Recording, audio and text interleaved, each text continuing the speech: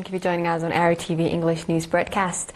It's now exactly 10:30 p.m. Asmara time, and we are ready for a domestic and international report for September 29th, 2025. Reporting live from our headquarters in Asmara and inviting you to stay with us is Heaven Johans, your news anchor for this session. Let's begin with the major headlines.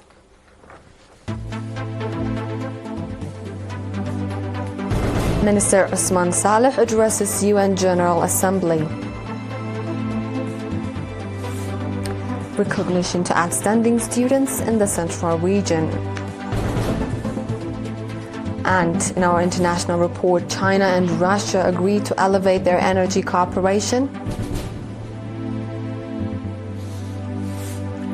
And wildfires burn over 30% of Etosha National Park in Namibia. In today's domestic report, Mr. Osman Saleh, Minister of Foreign Affairs, has addressed the 80th session of the United Nations General Assembly in New York today.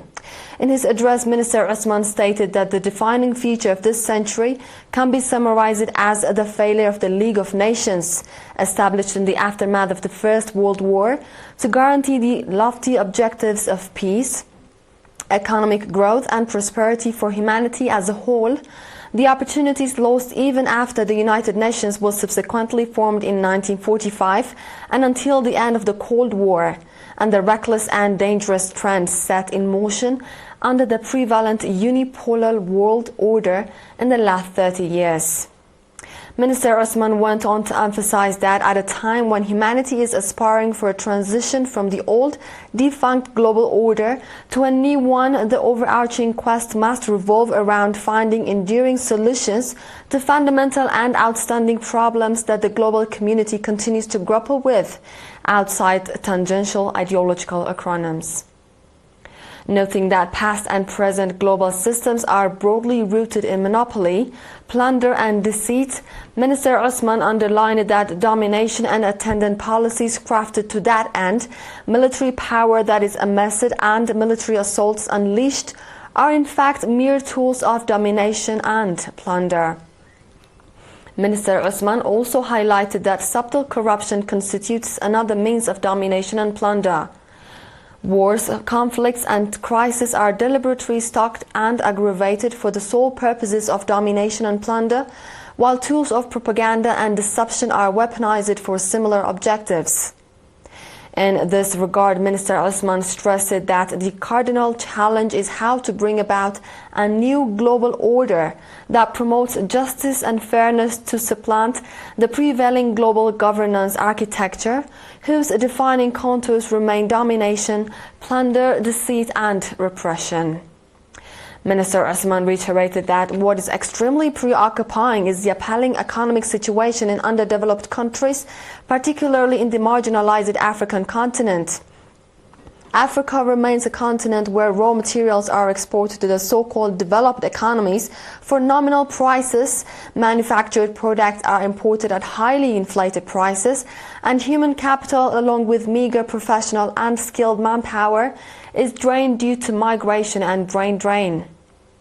Regarding the aspirations of humanity, Minister Osman underlined the need to fairly own their economic resources and the produce of their labor, secure peace and stability in order to guarantee prosperity and economic growth, ensure fairness and justice as vital prerequisites for peace and development, promote mutual respect, complementarity and cohesion to bolster broad regional and global peace, stability and mutual growth, and establish appropriate legal and executive structures along with associated mechanisms for the implementation of these fundamental human aspirations. In conclusion, Minister Osman said that the peoples of Africa should, in view of the specific hurdles they are facing, work out a robust mechanism to contribute their share with greater vigor to the collective mission for a new world order, in tandem with ongoing endeavors for the consolidation of a broad international alliance.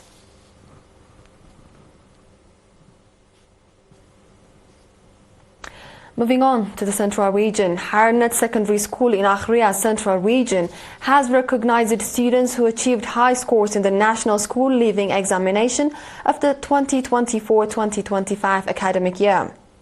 The awardees were 46 outstanding students, 60% of whom were females, who scored between 3.0 and 4.0 GPA and are members of the 37th round of the national service. Indicating that all the awardees were science students, Mr. Yosef As-Safau, director of the school, said that the number of high achievers from Harnett Secondary School has been increasing from time to time.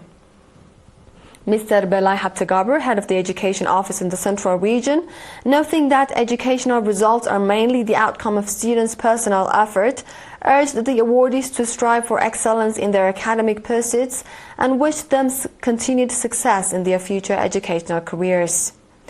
The awardees, for their part, expressed appreciation for their recognition and affirmed their commitment to work hard and remain competitive in their education.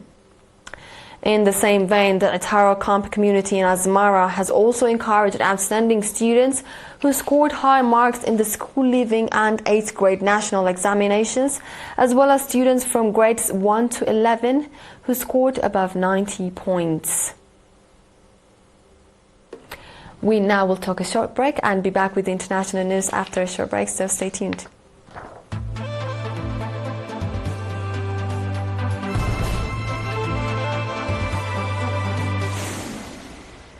Welcome back. China is willing to work with Russia to elevate their energy cooperation, making greater contributions to ensuring the energy security and sustainable development of both countries and the world at large. Chinese Vice Premier Deng Xinguang said in the 22nd meeting of the China-Russia Energy Cooperation Committee with Russian Deputy Prime Minister Alexander Novak in Beijing. The Chinese official said that energy cooperation is a model of equal, mutually beneficial and practical cooperation between China and Russia. In recent years, the two countries' leaders have held multiple meetings and conversations, engaged in in-depth strategic communication and guided the continuous consolidation and development of the comprehensive energy partnership between China and Russia, bringing tangible benefits to the people in both countries. He proposed that China and Russia should deepen their integration of interests, steadily advance their construction and operations of key projects, and consolidate their major achievements in energy cooperation. The official further called on the two sides to adhere to the complementarity of their advantages, tap into cooperation potential in areas such as renewable energy, hydrogen energy, and energy storage, and promote energy transition and development. Russian Deputy Prime Minister Alexander Novak, on his part, said that under the strategic guidance of the two countries' heads of state, Russia-China energy cooperation has yielded fruitful results. He went on to say that Russia is willing to work with China to fully leverage the guiding and coordinating role of the China-Russia Energy Cooperation Committee, expand energy cooperation between the two countries, advance the implementation of established projects, and support the high-level development of Russia-China relations in an improved manner. The two sides reviewed China-Russia cooperation in areas such as oil, natural gas, coal, electricity, renewable energy, and nuclear energy during the meeting, exchanging in-depth views on further collaboration and reaching a broad consensus. And now a look at Namibia. Wildfires in Etosha National Park have burned more than a third of the park, with extensive ecological damage and confirmed wildlife losses, Namibia's Ministry of Environment, Forestry and Tourism said yesterday.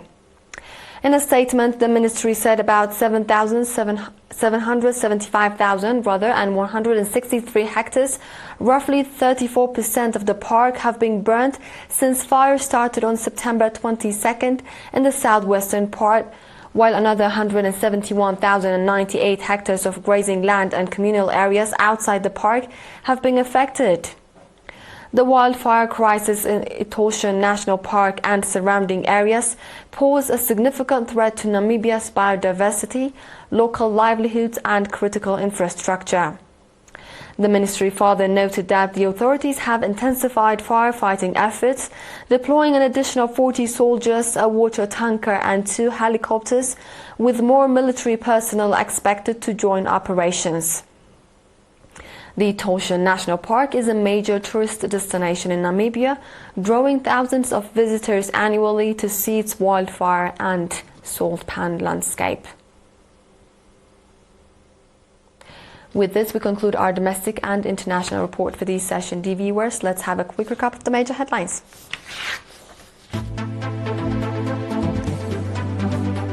Minister Osman Saleh addresses UN General Assembly.